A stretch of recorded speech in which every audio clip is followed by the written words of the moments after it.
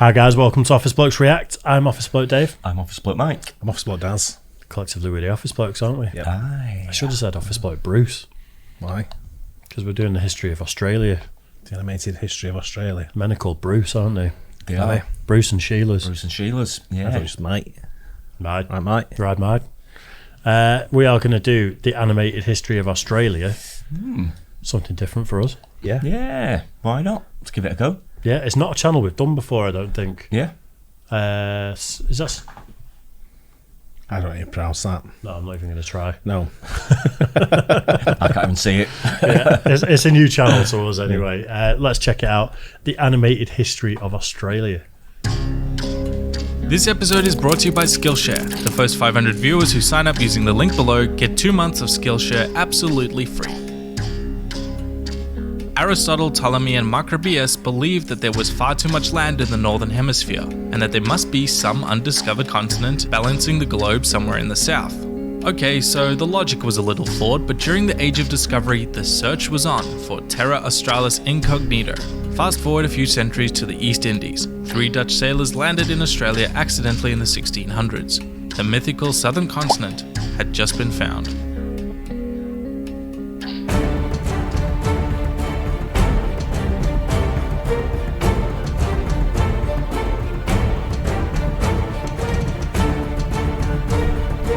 It's mad that all that happened in Australia as soon as it was discovered, It is, isn't it? yeah. Incredible.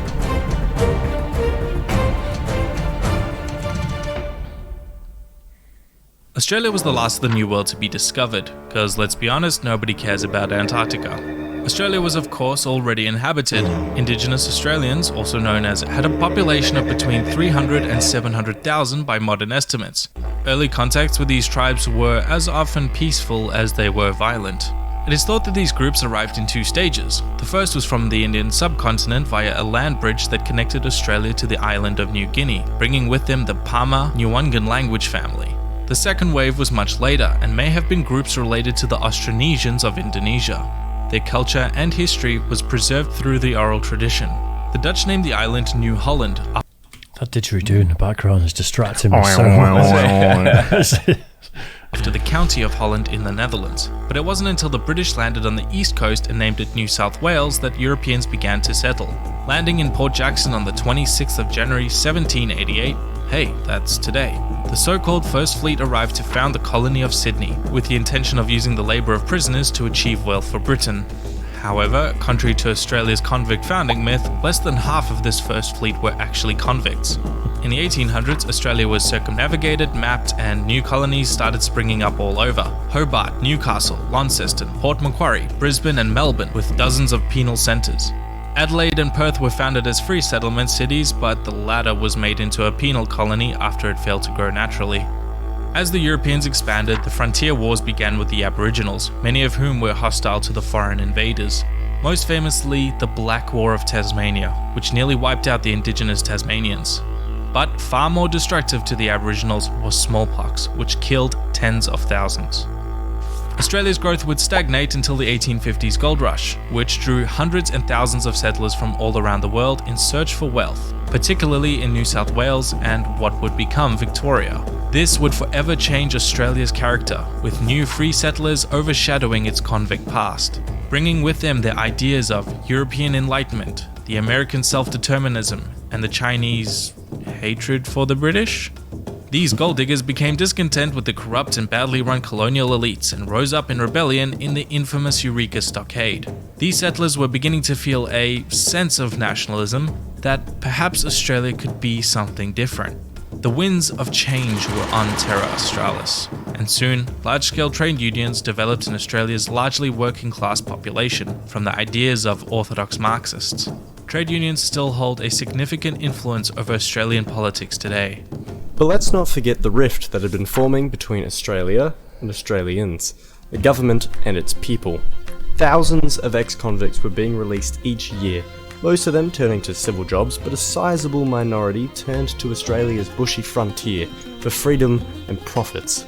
Policing was harsh, but order couldn't reach far enough. Outside of the cities, only personal gain and wealth could drive law enforcement. Money would change hands and lips were sealed. In this climate, an Australian icon was born, Ned Kelly.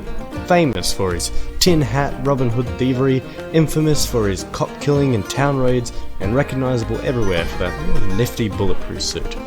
For more on one of the most well-known cornerstones of Australian folklore, go to my channel, Feature History, and check out my video on Old Ned.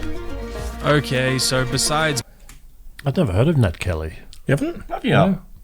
No, he's hugely famous. Who is outlaw. about him? Is it?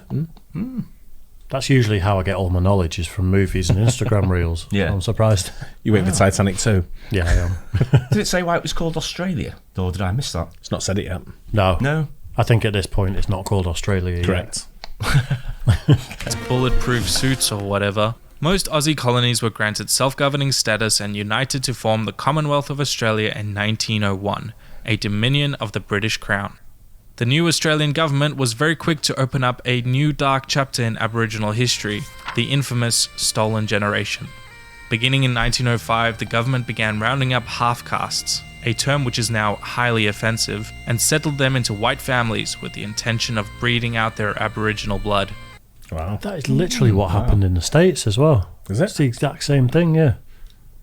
There was Native American kids that were taken away from their families and lived with, either in big shared, I don't know what you'd call them, like homes, Yeah.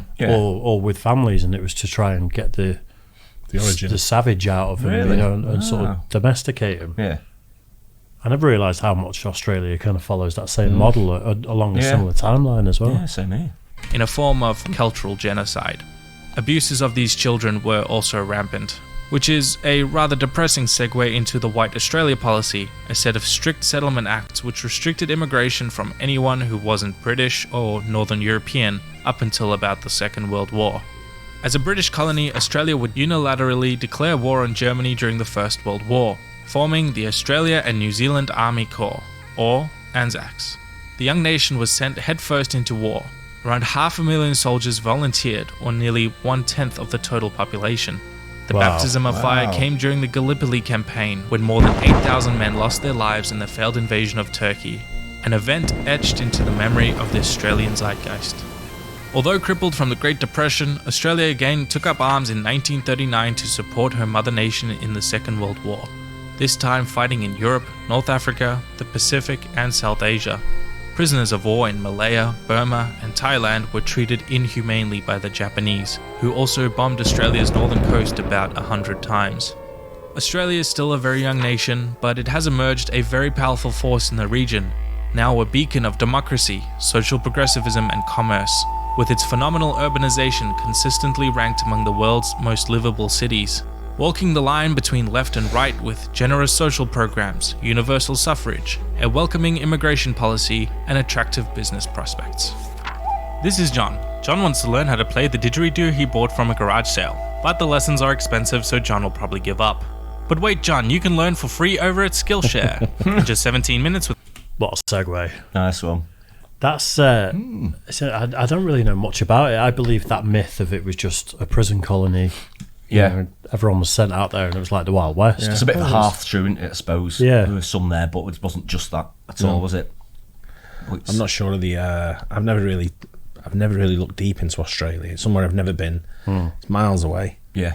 and kind of irrelevant in my life. So it was like never really No, same here. took much interest in it. It's still quite a young nation, though. It isn't is, really. right, I mean, it is it's very probably young a- nation. It's Yeah. probably a lot younger than I Yeah. thought it was, Yeah. to be honest. Extremely But- prosperous as well. Yeah. Like they've got a great Yeah. economy, haven't they? Well, I think Yeah, they have it's now, very yeah. expensive to live there. I know a lot of people who live down there and been to live there, and some people Yeah. have come back and gone too expensive. Really? I know a Yeah. few people that live there Yeah. currently. You know, Yeah, same. They travelled there 10 years ago for 6 months and just Yeah. never came Yeah. back. Yeah. No, they all seem to be doing well. Yeah, you still see a lot of advertisement over here for like certain professions. I think they're actually targeting our medics at the moment, aren't they? Oh, Yeah. really? Nurses and stuff like Yeah, I that, think because our you've got nurses the- are being done by over here by our NHS. Yeah. I think a lot of them are saying, but I saw a documentary on it a couple of weeks ago saying like, don't be blagged into it type thing. It's Yeah. not as good as you think.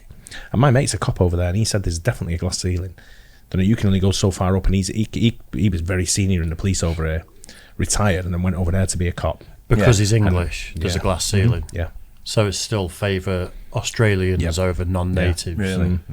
I've He was saying heard they have there's no a- idea what they're doing in the police force. It's still 1970s. Yeah. Wow. And he says he's trying to bring in new ideas. He was very senior over here. Yeah. He was saying, we were trying to bring in new ideas, and he just blow you out. In the end, he just went, you know what? I'll just do what I'm doing. I'm retired from the police here. He's on a good pension and all that kind of stuff. He's living a good life. Yeah. I'll just do what I'm doing. And Yeah. just, Yeah. earn that little extra income. Just go from with the doing- flow and just, right, whatever. Not asked. Yeah. It's somewhere I would like to go, but you've got to go and spend time there. You can't go for a couple of weeks. It's can such you? a long way. I mean, I think, travelling wise and to get over jet lag and stuff, it probably takes you a few days. I have no desire to go. It's not Just- somewhere that's like... I'd go New Zealand. Yeah. Fancy that. But Australia's just kind of one of them places I'm just like, There's an Australian YouTuber that I follow called Field Days. yeah. And he just does survival stuff. And he'll just go to one of these little islands just with a knife. And, he'll survive 24 hours and film it. Or he might go out on his fishing boat and he'll film it with GoPros and stuff. Yeah. And I watch it and I'm like, he's living the life. Do you think that's a life? Such beautiful... That's a nightmare for I'd me. prefer a night in a hotel, really. That's a nightmare for me. I'll be like, Jesus. Nice bar, pool. Exactly. Beautiful scenery, and you can just go out and do that. We're so restricted in this country to do We're stuff. not. Go to Scotland, mate. You've got loads of that. That's not this country. It's a Right, different country. Lake District. Go to Lake District, yeah. No, Amazing. I'm not just talking Cotswolds. about the camping side of it. I'm talking about the fact that you can just hunt and, he goes fishing and my bro and my dad go fishing and they don't catch a lot. You can go salmon fishing in Scotland and things like that, where it's like... Yeah, but this is like on his doorstep, a lot of this. He just gets in his boat and You've been in just Scotland in goes. 3 hours. In some of the best scenery in the world. Yeah. And you can stay overnight in a castle. The sun's out in Australia, though. If You I can do it in stay- Scotland, I'm going to freeze to death, aren't I? No, not if you stay in a castle. That's true. And just order salmon. Exactly, yeah. Pretend you've caught it yourself. Absolutely. We'll all Close your leave eyes it. and go, salmon, caught it. Yeah. It's- There it is. Yeah. It seems And I've got a like knife and fork. Boiling in here. it seems like a good life out there. That's all I'm saying. Like, it seems like there's a lot of opportunity and a lot of freedom associated with that opportunity. You can get that Maybe. in many, many countries around the world, mate. Oh no, you can There's around the thousands of world. countries Yeah, around the world. I'm It's comparing not it to the thousands, UK. but, yeah. I'm not comparing it to like everywhere else. Yeah, it's just too far Just for a me. long, long way away. Doesn't isn't appeal to me one it? bit. It is. Yeah. It never has done. It's kind of like one of them, like, if I had to go, I'd go. I think one or two of the cities look quite nice, Yeah. but I don't know. It just doesn't draw me that much. Yeah, same. There's just not enough there to get me there, I don't Yeah, think. it'd be well down the list. It'd be won't even be in the top 50 for me. 50, really? Yeah. Wow. Yeah. Fair enough. What if it was 5 hours away? I'd probably visit and have a look. Still Yeah, I not mean, that's high on more the list. doable, isn't it? Yeah. 4 or 5 hours, you think, maybe give it a go, Yeah. but 5 hours for me, though. You're in Turkey on a Yeah. plane. Yeah. I'd go to Australia over Turkey. 5 yeah. hours south, you're in Africa or the Canary Islands type yeah, thing. yeah, Yeah, true. So like that sort of zone. yeah, 5 hours the other way, middle Atlantic. yeah. Yeah, Nice. there you go. Hope you guys enjoyed that. Don't forget to like and subscribe. We'll catch you on the next one. Cheers, guys. Cheers.